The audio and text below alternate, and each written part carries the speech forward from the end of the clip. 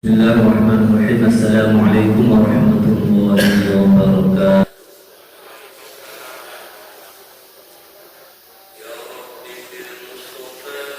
بلغ مقاصدنا واغفر لنا ما مضى يا واسع الكرم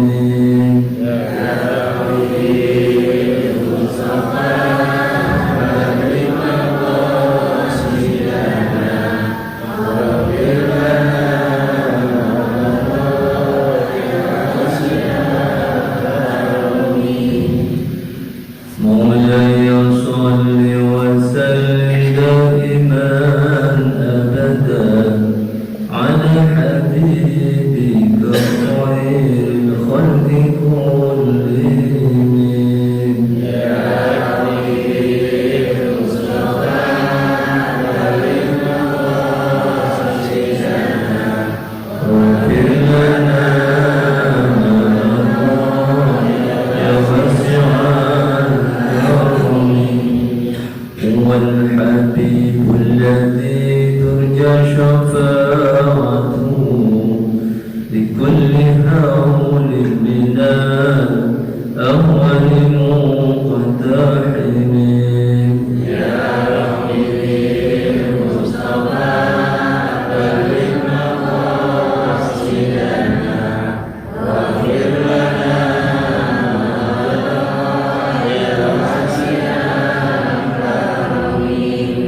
الفاتحة. أعوذ بالله من الشيطان الرجيم. بسم الله الرحمن الرحيم. الحمد لله رب العالمين الرحمن الرحيم مالك يوم الدين إياك نعبد وإياك نستعين اهدنا الصراط المستقيم صراط الذين أنعمت عليهم غير المغضوب عليهم ولا الضالين. Bismillahirrahmanirrahim. Bapak-bapak, Ibu sekalian yang dimuliakan Allah, alhamdulillah wassalatu wassalamu ala rasulillah Sayyidina Muhammad bin Abdullah wa ala alihi wa sahbihi wa mawala, amma ba'du, la hawla wa la quwwata illa billah. Qala Allah ta'ala fil Qur'anil Karim, a'udzu billahi minasy syaithanir rajim. Bismillahirrahmanirrahim. Inna awlan nasi bi Ibrahim lalladzina ittaba'uhu wa hadha an-nabiyyu walladzina amanu wallahu waliyyul mu'minin. Bapak dan sekalian saya hormati, pada pertemuan lalu kita telah berbicara tentang perdebatan antara orang-orang Yahudi dan Nasrani yang mereka mengaku bahwa mereka lah yang menjadi anutan dari Nabi Ibrahim. Artinya mereka itu menganggap bahwa Nabi Ibrahim itu Yahudi bagi orang Yahudi. Orang Nasrani itu mengatakan bahwa Ibrahim itu adalah Nasrani. Nah, Al-Quran menolak terhadap pernyataan itu, sebagaimana disebutkan di dalam surah Ali Imran ayat 65. Ya ahlal kitab, lima tuhajjuna fi Ibrahim wa ma unzilat at-Taurat wal Injil illa min ba'di afala taqilun. Hai ahli kitab, mengapa kamu berbantah-bantah tentang Ibrahim, padahal Taurat dan Injil itu diturunkan setelah dia, tadi setelah Nabi Ibrahim. Apakah kamu tidak mengerti? Afala taqilun? Apakah kamu tidak berpikir? Apakah kamu tidak memahami? Akal maksudnya. Nah, antum haula'i hajajtum. Begitulah kamu itu. kamu berbantah-bantahan fima lakum bi ilmun, ya, begitu kamu itu berbantah-bantahan tentang apa yang kamu ketahui. Oleh kalau berbantah itu tentang sesuatu yang tahu gitu. Falima tuhajuna fima laysa lakum bi ilmun. Kenapa? Mengapa kamu berbantah-bantah juga tentang apa yang tidak kamu ketahui? Nah, wallahu ya'lamu wa antum la ta'lamun. Allah yang mengetahui, sedangkan kalian ini tidak mengetahui. Nah, maka Al-Quran menyatakan bahwa ma kana Ibrahim Yahudiyan wala Nasraniyan walakin kana hanifan musliman. Nabi Ibrahim itu bukan Yahudi dan bukanlah Nasrani, tetapi dia adalah orang yang lurus, seorang yang lurus, Muslim, dan dia tidak termasuk orang musyrik. Hanifan musliman.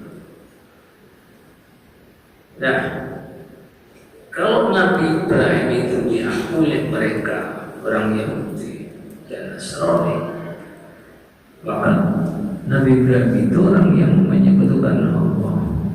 Berarti anggapan mereka orang Yahudi mengatakan Nabi Uzair itu anak Tuhan. Orang Nasrani Tuhan. Nah itu saking berlebihannya orang-orang Nasrani mengkultuskan nabinya menjadi Tuhan karena mukjizat yang dimilikinya. Pada dulu ya ada penjelasan tentang bagaimana Nabi Isa itu diberikan mukjizat oleh Allah, ya, bisa menjadikan tanah yang dibentuk seperti burung lalu dihidupkan oleh Nabi Isa atas izin Allah. Orang yang sakit kusta disembuhkan dengan diusap saja oleh Nabi Isa dengan izin Allah. Ya. Orang yang buta dari lahir diusap lukanya, langsung bisa di matanya dan bisa melihat dengan terang. Nah itu semuanya biiznillah.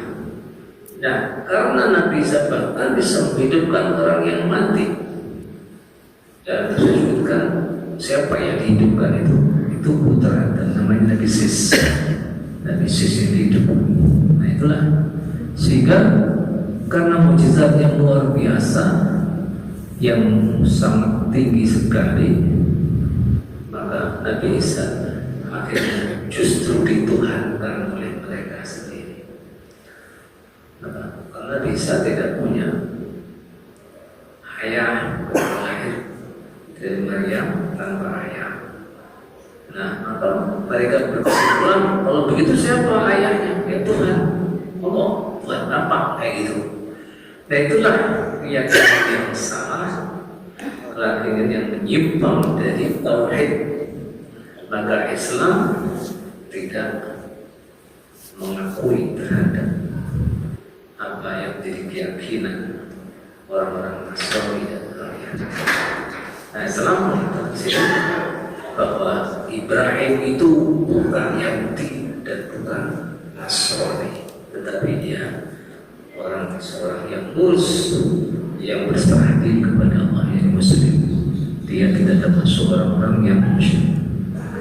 Nah, ayat berikutnya ini ayat yang ke-68 itu katakan, Inna awlan nasi bi Ibrahim lalladzina tabauhu wa hadan nabi. Sesungguhnya orang yang pertama kali, yang paling dekat kepada Ibrahim itu adalah para pengikutnya, orang yang mengikuti Ibrahim itu sendiri.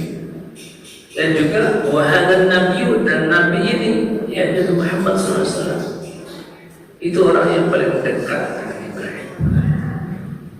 Ajaran yang disampaikan oleh Nabi Muhammad itu adalah ajaran yang dibawa oleh Nabi Ibrahim alaihissalam, ajaran tauhid. Nah, tidak menyimpang. Maka dikatakan bahwa hadan Nabi ini yang paling dekat dengan Ibrahim. Semua ajaran yang dibawa oleh Nabi Muhammad itu adalah billah Ibrahim. Ittabi millata Ibrahim hanifah. Ikutilah billah Ibrahim yang lurus itu. Ya, makanya syariat khitan itu syariat Nabi Ibrahim juga. Ya.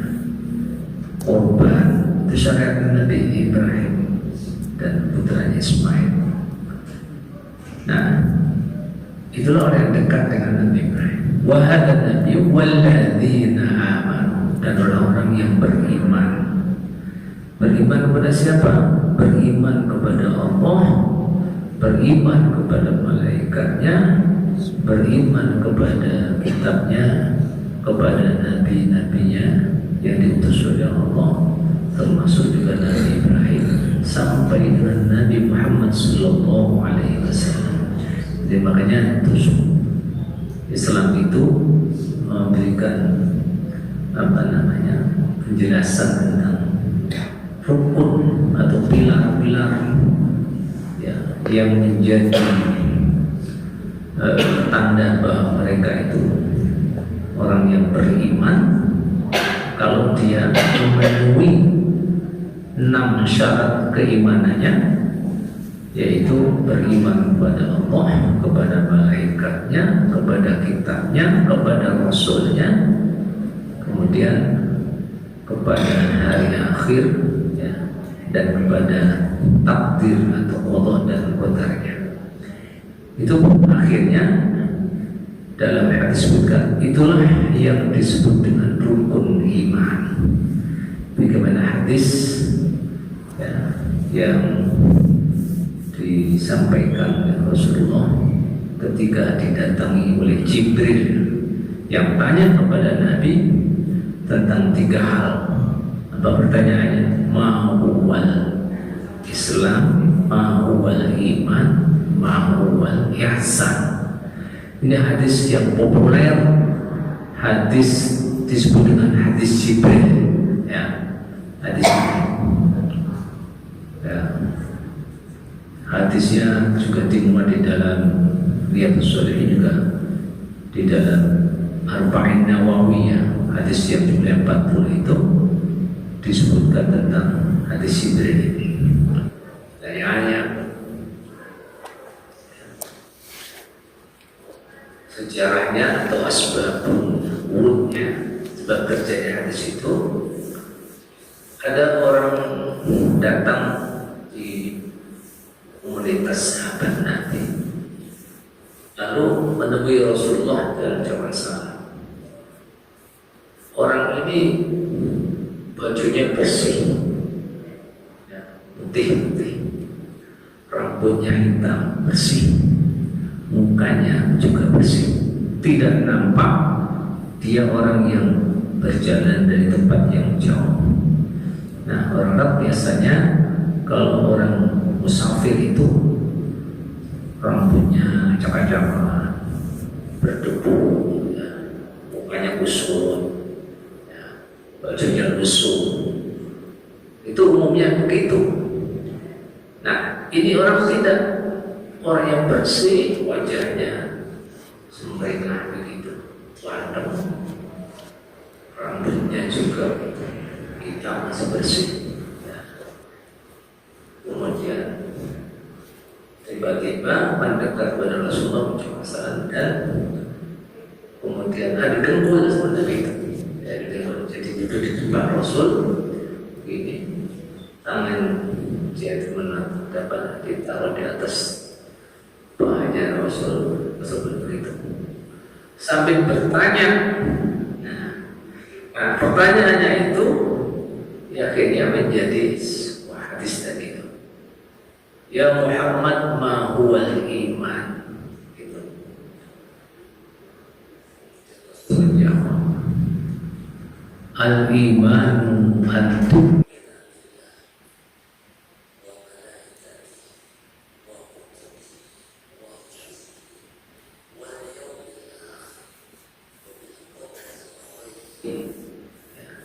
wasyarihi minallah. Jawaban Nabi Saudara ya Muhammad. Jadi orang ini bertanya lalu dijawab, tapi benarkah jawaban Nabi itu? Iman itu adalah beriman kepada Allah, kepada malaikatnya, kepada kitabnya, kepada rasulnya, kepada hari akhir, dan juga kepada Allah dan qadar. Baik itu keputusan Allah yang baik atau keputusan yang buruk yang menimpa Rasul, itu namanya qadar. Lalu tanya lagi, mau Islam? Apa itu Islam? Ya, al-Islam, Rasul jawab, an tashhada an la ilaha illallah wa anna Muhammadar Rasulullah.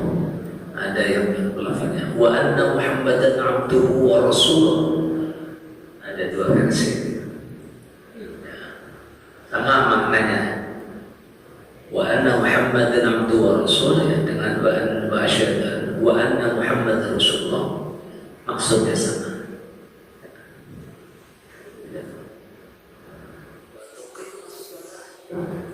Betul dia zakat, wasomi Ramadan, haji baiti, haji baiti, wa nisbatu alaihi salam. Nah ini jawaban Nabi. Islam itu apabila kamu mengatakan, bersyahadat, bersaksi bahwa tidak ada Tuhan kecuali Allah dan Muhammad adalah utusan Allah, atau Muhammad hambanya dan rasulnya atau utusannya. Wa tuqimus shalah, dan apabila kamu mendirikan salat.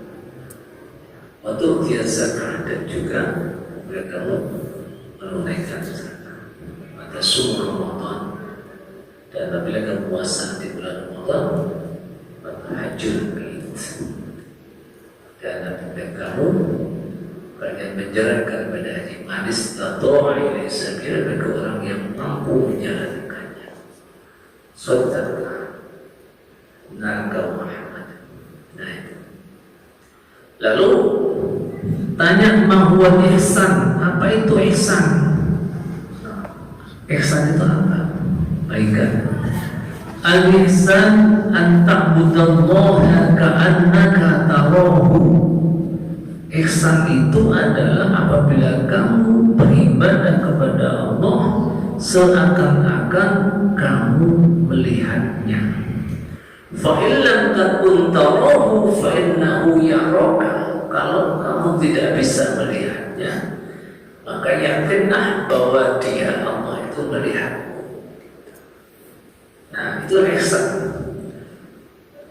Jadi ihsan itu dalam prakteknya setiap langkah kita, ya, setiap ucapan kita, setiap perbuatan kita selalu, ya, kita arahkan bahwa yang kita lakukan, yang kita ucapkan, semuanya dilihat oleh Allah. Semuanya gitu. Nah, sebenarnya begitu. Kita merasa bahwa kita ini selalu diawasi oleh Allah. Ini yang namanya dengan, ya, muraqabah. Muraqabah itu keyakinan seseorang, ya, bahwa dia itu senantiasa diawasi oleh Allah. Ya. Nah, muraqabah seperti itu tidak gampang. Karena dengan muraqabah tadi itu, setiap orang mesti dia akan berhati-hati di dalam setiap tindakan dan ucapannya. Kenapa? Karena dia yakin betul bahwa apa yang dilakukan itu senantiasa dilihat oleh Allah, sehingga tak main-main dia. Ya Allah, mau mencuri, ya Allah melihat kita. Mau berzina, Allah melihat kita baca. Mau korupsi, Allah melihat kita baca. Jadi mau menyeleweng sedikit saja, menyimpang dari ajaran itu, karena Allah melihat. Sudah baik.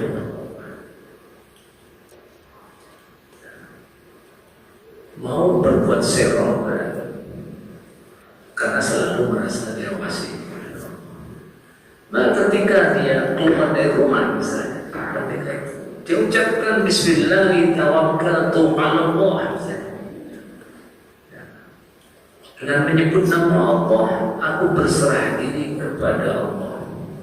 Nah, kalau dia menggunakan nama Allah, membawa nama Allah kemana saja dia berada, kemana saja dia melangkah, maka otomatis dia tidak akan sembarangan melakukan sesuatu, karena dia yakin apa yang dilakukan dilihat, diperhatikan oleh Allah,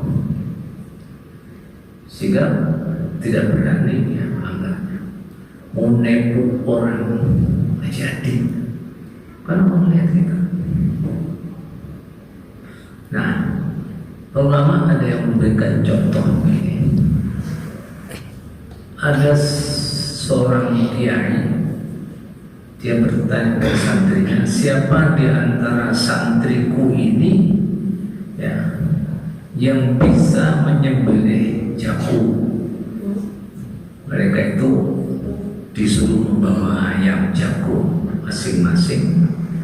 Coba sembelihlah ayam jago ini ya, tapi sembelihlah ya, tidak ada yang melihat sama sekali ya, tidak ada yang melihat ketika kamu menyembelih tadi itu. Santri-santri kebanyakan pada sibuk, ada yang menyembelih di belakang pondok, ada yang masuk ke dalam kamar ya, ada yang masuk di bawah jembatan, macam-macam. Ada satu santri nggak disembelih. Ketika ditanya oleh kiai, santri-santri tadi itu yang jawab tadi, pada mengatakan, saya sembelih di sini, nggak ada siapapun yang melihat. Nah, ada satu santri, kenapa kamu nggak disembelih ayamnya?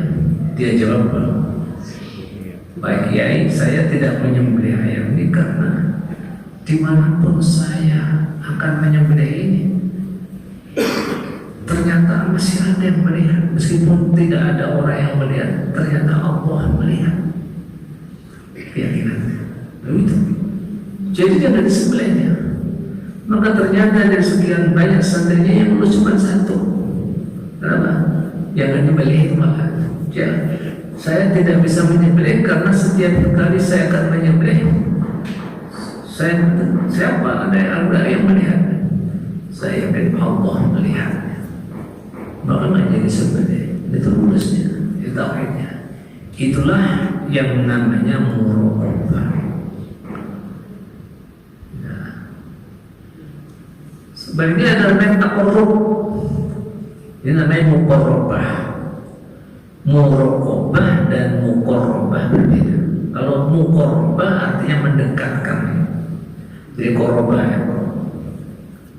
Nah, orang yang merasa dekat dengan Allah itu akhirnya dia bisa melakukan muraqabah. Keyakinan dalam surah Qaf, wa nahnu aqrabu ilaihi min hablil warid. Kami lebih dekat ya pada orang itu, min hablil warid, daripada urat nadinya. Nah itu Allah itu lebih dekat daripada urat nadi pada itu. Ini kalau dipegang yang itu namanya urat. Allah lebih dekat dari itu posisinya dengan kita. Di mana? Kalau orang beriman itu ada bahwa Allah itu tidak bertemu di mana-mana, tapi tempatnya adalah fi qulubil mu'minin. Allah itu adanya dalam hatinya orang-orang yang beriman. Jadi setiap orang beriman pasti di dalam hatinya ada Allah. Kayak gitu intinya. Bukan berarti Allah bertempat. Kalau itu bahasanya bahasa kiasan ya, bahasa kiasan maksudnya. Nanti ngaku Tuhan, karena Tuhan ada dalam hatiku. Nah, jangan begitu ya. Seperti yang pernah disampaikan dalam kisahnya Al-Halaj, Allah fi jubbati, karena dia mengambil selamanya, mengambil uang banyak dalam jubahnya. Bukan seperti kayak kancing ya, ada mengambil uang banyak. Tapi di bawahnya, belakangnya jubahnya gede, ada yang ngasih dari belakang. Di bawah kursinya dikasih uang terus. Jadi uangnya nggak bisa habis karena di bawah kursinya nggak ada jubah, kasih dimasukin. Itu kayak kancing ya, menipu orang. Akhirnya ketangkap juga. Nah ini ada jangan sampai salah pemahaman. Jadi maksudnya adalah bahwa orang-orang yang beriman dalam hatinya ada Allah. Makanya setiap kali disebutkan nama Allah, hatinya bergetar. Itu ada dalam surah Al-Anfal ayat 2 itu. Innamal mu'minuna alladzina idza dzukirallahu wajilat qulubuhum. Sesungguhnya orang-orang yang beriman itu ya, mereka ada orang yang apabila disebut nama Allah maka bergetarlah hatinya, wajilat qulubuhum. Nah, kalau kita disebut nama Allah bergetar nggak hatinya? Artinya terpaut dan misalnya ada kalimat takbir disebut, ada kalimat tergerak hati kita. Kita tergeraknya, bukan? Maksudnya bahwa terpaut ketika sebut nama Allah, hati kita terpaut bahwa Dia adalah Allah Tuhan kita, Allah yang menciptakan kita, Allah yang mendidik kita, Allah yang memberikan rezeki kepada kita, Allah yang kita sembah ya, yang menjadi tumpuan hidup kita, Allah tempat bergantung kita. Nah itu maksudnya terbawa. Wa idza tuliyat 'alaihim ayatuhu zadatuhum imana. Dan apabila dibacakan ayat-ayat Allah maka bertambahlah imannya. Nah ayat-ayat Allah itu adalah Al-Quran dan juga ayat-ayat Allah yang terbentang luas di Jakarta Raya ini, itu ayat Allah yang tertulis seperti Al-Quran ini. Jadi kalau dibacakan ayat Allah yang tertulis ya bunyinya ya, ayat Quran itu. Yang tidak tertulis yang ada dengan ayat, ketika kita melihat, menyaksikan ciptaan Allah itu, maka iman kita bertambah, keyakinan kita akan kekuasaan Allah dan kebesarannya bertambah.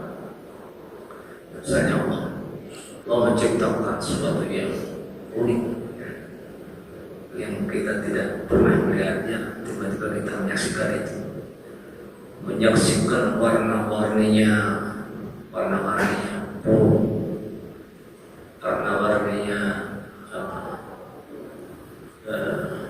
lumrah itu.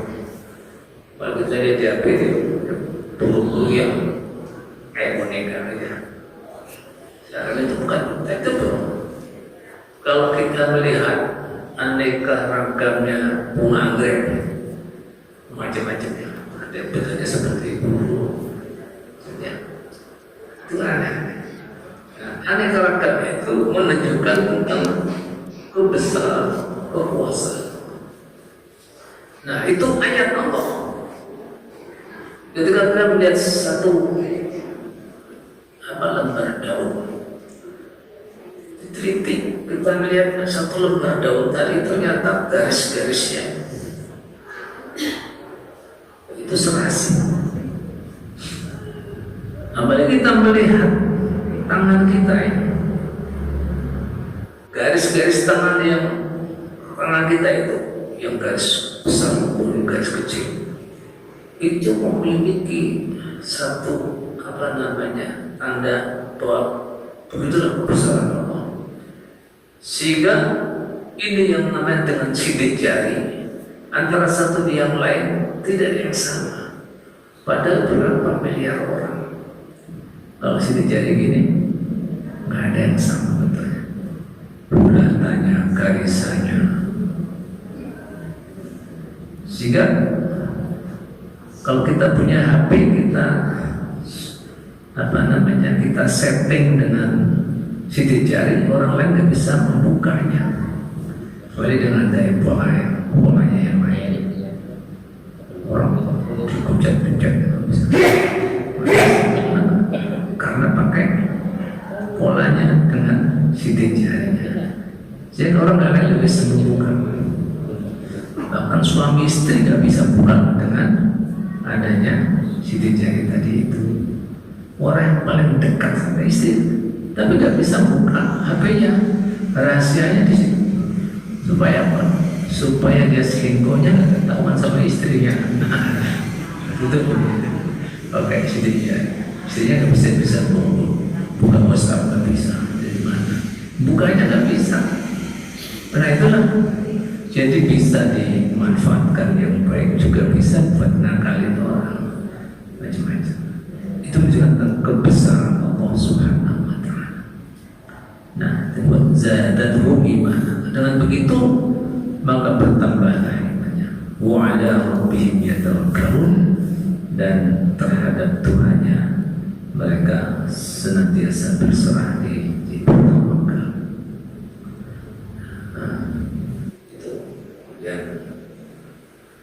Yang mendirikan sholat mengatakan mereka beriman, mukmin yang sejati namanya.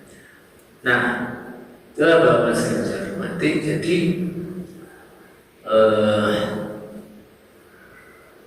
Nabi Ibrahim itu adalah Nabi yang musliman, hanifan musliman wa ma kana musyrik. Seorang Nabi yang lurus, yang berserah diri kepada Allah dan tidak masuk dalam kategori orang yang musyrik.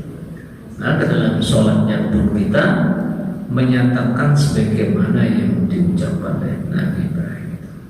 Ya kan? Kita katakan inna sholati wa nusuki wa mahyaya wa mamati la syarika lahu wa bidzalika umirtu wa ana minal muslimin. Sebenarnya ada wajjahtu wajhiya alladzi fatara as-samawati wal ardh hanifan musliman wa ma ana minal musyrikin. Nah, kalau Nabi Ibrahim sebutkan itu wa ma kana minal musyrikin, karena menjelaskan tadi baik, bukan wa ma ana tapi wa ma kana. Kita menjelaskan dan Ibrahim itu adalah bukan orang musyrik. Nah, kita yang menyatakan tentang mengikuti ajaran Nabi Ibrahim tadi itu dengan berjuana minal muslimin. Ini jangan sampai keliru ya. Kalau wa ma ana minal musyrikin, wa ana minal muslimin, nanti kembali itu bisa total salahnya itu ya. Jadi wajjahtu wajhiya lilladzi fatara as-samawati wal arda hanifan musliman wa ma ana minal musyrikin. Di situ ya. Jadi jangan sampai kembali ya. baru yang terakhir ya setelah inna sholati wa nusuki wa mahyaya wa mamati lillahi rabbil alamin la syarika lahu wa bidzalika umirtu wa ana minal muslimin. Bapak-bapak Ibu sekalian yang barangkali masih ada yang belum paham maknanya doa iftitah itu, tolong dipelajari lagi ya. Buku-buku fasolatan itu ada tuntunan sholat, ada ya, supaya sholat kita bertambah khusyuk, bertambah konsentrasi kalau kita paham makna dari yang kita baca. Jangan sampai kita kalah dengan orang mu'alaf yang bermasuk Islam tapi mereka belajar Islam beneran, sehingga tahu kalau dia sholat itu yang dia baca dia paham. Dan jangan kita sudah puluhan tahun ya jadi orang Islam, tapi ketika kita sholat tidak paham terhadap yang kita baca, jangan sampai. Maka yang belum paham belajar, maka wajibnya kita itu belajar. Bisanya nggak wajib, belajarnya wajib. Termasuk yang sekarang ini namanya belajar gitu. Tapi banyak orang yang nggak bisa tapi enggak belajar, dengerin pengajian nggak mau, lebih baik kayak gitu. Padahal belum tahu, padahal belum sempurna dalam ibadahnya. Nah, bagaimana upaya kita supaya kita menjadi orang yang baik? Belajar. Karena ilmu itu sebenarnya, ilmu itu yang mengangkat derajat seseorang di hadapan Allah itu karena ilmu. Nah, ayat Al-Quran yang mengatakan itu ya, yang mengatakan bahwa Allah SWT mengangkat derajat orang-orang yang beriman dan berilmu dengan beberapa derajat. Dalam surah Mujadalah, yarfa'illahu alladhina amanu minkum walladhina utul ilma darajat. Ya, Allah akan mengangkat derajat orang-orang yang beriman dan berilmu dengan beberapa derajat. Caranya dua tadi itu. Nah, kalau orang itu beriman dan berilmu, derajatnya dia di dunia dan akhirat. Tapi kalau orang itu hanya punya ilmu, dia diangkat ke derajat Allah, tapi di dunia saja, akhiratnya enggak. Kenapa? Enggak ada imannya. Dan jangan kalau orang punya ilmu kan di mana-mana diperlukan orang, di mana-mana dimintai pertanyaan apa? Jawab pertanyaan, dimintai konsultasi. Itu kalau dia berilmu, ya ilmu apa saja.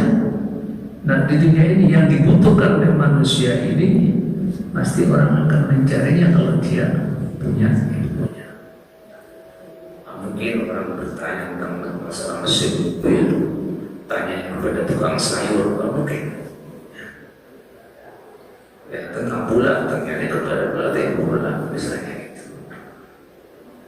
Tentang catur misalnya, seperti permainan jatuh, tanya berbisa orang tua jatuh. Nah, itu ilmu dunia. Nah, kalau tidak ada imannya, derajatnya jangan di dunia menjadi juara catur, juara internasional, ya, menjadi teknokrat, ahli teknologi dan lain sebagainya. Nah, kalau dibarengi dengan iman, maka derajatnya dia akan diangkat oleh Allah. Selain di dunia, di akhirat juga diangkat derajatnya. Maka dari itu kalimat yang yarfa'illahu alladhina amanu minkum walladhina utul ilma darajat. Nah, Bapak sekalian, sekira ini ya penjelasan tentang masalah keimanan tadi itu, dan juga masalah Islam dan juga masalah ihsan, supaya kita paham ya. Mudah-mudahan manfaat kita semuanya. Wallahu a'lam bishawab. Subhanallah bihamdi, subhanakallahumma rabbana bihamdika, asyhadu an la ilaha illa anta, astaghfiruka wa atubu ilaik. Assalamualaikum warahmatullahi wabarakatuh.